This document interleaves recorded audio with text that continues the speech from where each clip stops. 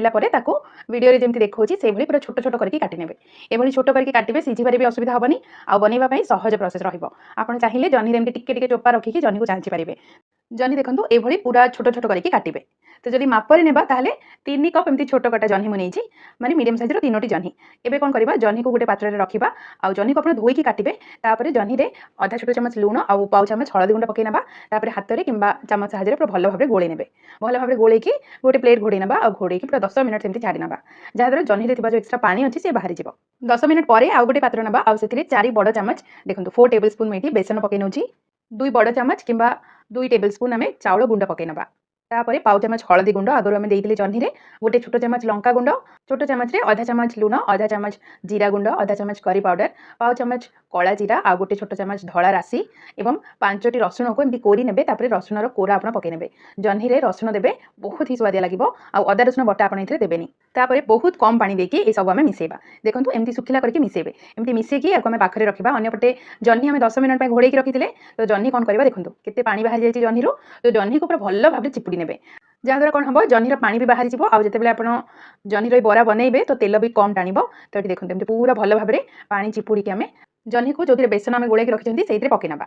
जह्नी रो देखो केते गुड़ा पानी बाहरी आपण चाहिए ये पानी को व्यवहार करेंगे किंतु मुझे व्यवहार करूनी। तो ये आम कौन करवा ये जो चिपुड़ी पकई जह्नी आ जो बेसन तले गोलैक रखी से सब एमती मिसई नवा। आपको जमा पानी दरकार हेनी किंतु जदि दरकार हम गोटे कि 2 टोपा आप पानी व्यवहार करेंगे। जह्नी रे जेहेतु लुण देते तो आप लुण देखिकी देवे कि आप लुणिया हो देखो भल भाव गोलैकी एभली जह्नी आ बेसन पिठ पूरा एमती भल भाव रेडी करना। या पतला करेंगे कि बेसी सुखिला भी करेंगे। गोटे पैन कि तावा नहीं से मुझे 4 बड़ चमच तेल देनेली तेल गरम हो सारा हाथ में एमती अल्प अल्प नहीं पैन बा तावा पर एमती पकई नवा।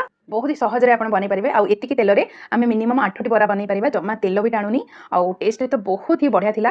तो ये देखो एमती जिते आप जगह हम से आपमती देने गैस को लो टू मीडियम फ्लेम रखिए आ घोड़े ने 3-4 मिनट 3-4 मिनट पर देखो जमा तेल भी टाणी आउ एबे कौन करवा सब गुड़ा ओलटै नवा। ओलटैकी सेम गैस फ्लेम सेमती ही रखिए हाई करेंगे कि पूरा लो फ्लेम भी करेंगे सेमती लो टू मीडियम रखिकी पुणी थर मुझे घोड़े नौची आ 2-3 मिनट 3-4 मिनट होगा कवर बाहर कली देखो बहुत सारा तेल बड़ी। तो ये ओलटैकी देखा बढ़िया कलर भी आसी जाइए आ जह्नी भी पूरा भल भाव कुक हो जाए कौन करवा बाहर करना बहुत ही सुंदर कलर आसी बास्ना भी बहुत ही बढ़िया। तो बाहर करना जहाँद्वारा जब किसी एक्सट्रा तेल थी से सब बाहरी जीव आ जो बड़ी जाइए तेल अच्छी से बड़ी जाइए जो जह्नी अच्छी आम बरा बन नवा। एठी मु आउ तेल देनी से जो बड़ी जाइए तेल अच्छी से ही बरा पकई नौ। तो मीडियम टू लो फ्लेम रखिकी घोड़ेकी ओलट पलट करके पूरा हल्का कलर आसला जाए एमती भाजी नेबे। आशा करछि जह्नी रो बरा रेसिपी आपको निश्चय पसंद आसला थरे किंतु आप निश्चय बनई देखंतु पसंद तो निश्चय आसीबो।